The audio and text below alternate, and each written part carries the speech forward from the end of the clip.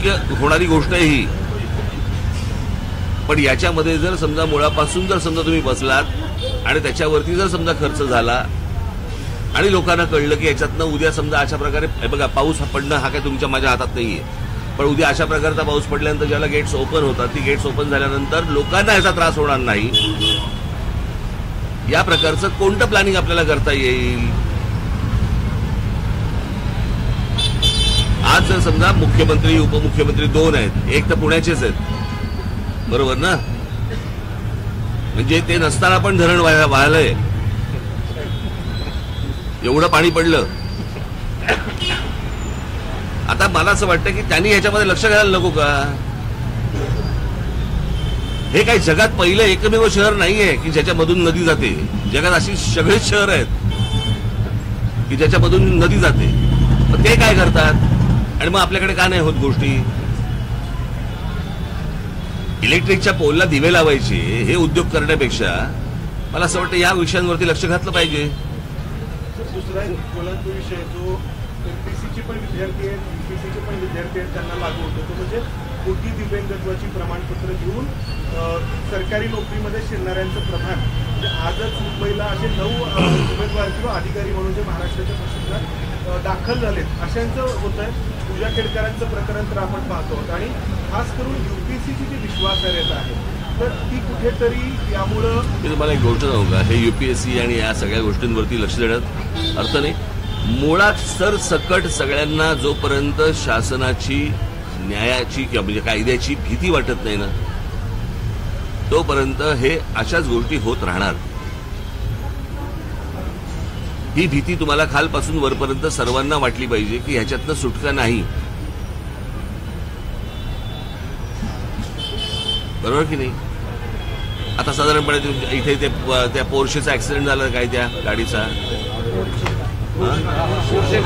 त्या पोर्शे गाडीचा ऍक्सिडेंट झाला की नाही? पण जी 2 मुलं गेली त्याच्याबद्दल कोणीच चर्चा करत नाही.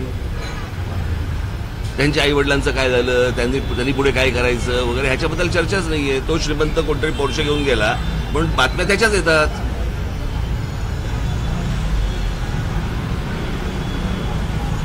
बरोबर की नाही?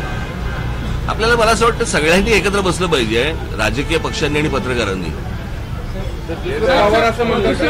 मराठीचा विषय आहे. मराठीच्या पुस्तकामध्ये इंग्रजी शब्द जे आहेत ते बालभारतीने वापरले गेले, त्याच्यावरून सध्या वाद सुरू आहे आणि मनसे मराठीचा मुद्दा घेऊन जाते आणि मराठीच्या पुस्तकात इंग्लिशचे शब्द यायला लागले.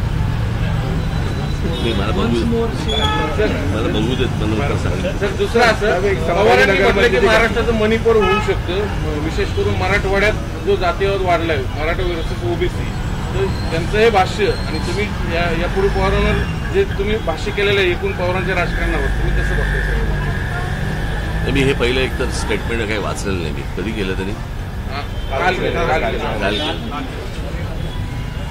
पवार साहेबांनी हातभार लावू नये या गोष्टीला, फक्त बाकी काही नाही. एक गंभीर घटना संभाजीनगरमध्ये घडली. त्याच्यामध्ये एका मुली म्हणजे आंतरजातीय विवाह किंवा असा विवाह केल्यामुळे त्या मुलीच्या नवऱ्याला त्या मुलीच्या आई भावानी आणि यांनी मारलं. म्हणजे याला ऑनर किलिंग आता म्हणायचं की नाही, पण अशा प्रकार आजही आपण मला असं वाटतं मी मगाशी या विषयावरती बोललो तुम्हाला. आपल्याकडे या बारीक सारीक गोष्टी ज्या आहेत ना, मी मगाशी काय म्हटलं तुम्हाला, खालपासून वरपर्यंत जोपर्यंत कायद्याची भीती नाही तोपर्यंत अशा घटना या घडत राहणार. आपण सहज सुटू शकतो कुठच्याही गोष्टींमधनं असं ज्या वेळेला काही लोकांना वाटायला लागतं त्यावेळेला तुमचं काही भीती नावाची गोष्ट उरलेलीच नसते. मुंबईमध्ये अशी अनेक प्रकरणं झाली की जिकडे ट्रॅफिक हवालदारांना टपली मारून निघून गेलेत. आता त्याच्यावरती जर समजा कारवाई होणार नसेल तर मी तुम्हाला खास करून परदेशातली गोष्ट सांगतो तुम्हाला. परदेशामध्ये तुम्ही पोलिसाला हात लावून दाखवा, हात मारणं बिरणं लांबचं राहिलं, तुम्ही फक्त हात लावून दाखवा त्याला आणि त्याच्यानंतर त्याला सोडवून दाखवा.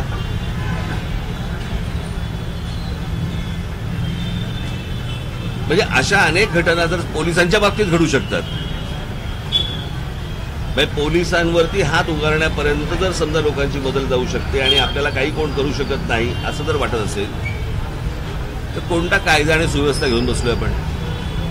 जाती जातींमधला विद्वेष जो आहे द्वेष हा? जाती जातींमध्ये जो द्वेष जी- नाही, अत्यंत अत्यंत अत्यंत दुर्दैवाची गोष्ट ही महाराष्ट्रात जे चालू आहे आता. म्हणजे मी तुम्हाला सांगतो, मी माझ्या पुढे भाषणामध्ये मी हे विषय बोलीनच, कळलं का? पण ज्या प्रकारे महाराष्ट्रामध्ये चालू आहे आणि फक्त मतांसाठी जी काय म्हणू आपण तिला मन कलुषित करण्यात जी सुरू आहे, हे काही चांगलं लक्षण नाही महाराष्ट्रासाठी. त्या दिवशी मी त्या लहान लहान मुलींचे ते व्हिडिओ बघितले, अत्यंत दुर्दैवी. मला असं वाटतं या सगळ्या ह्याच्यामध्ये राजकारण्यांनी या गोष्टींचा विचार केला पाहिजे. तुमच्यामधले काय मतभेद असतील, तुम्हाला काय मतदान करून घ्यायचं असेल, काय करायचं असेल ते करा, पण या जातीपातींमधलं विष कालवून तुम्हाला जर मतदान मिळणार असेल तर महाराष्ट्राचं भविष्य हे काही चांगलं नाही. या संदर्भात जरांगे लोकांची फसवणूक करतायत का? विशालगडावरचं जे अतिक्रमण काढलं गेलं त्यानंतर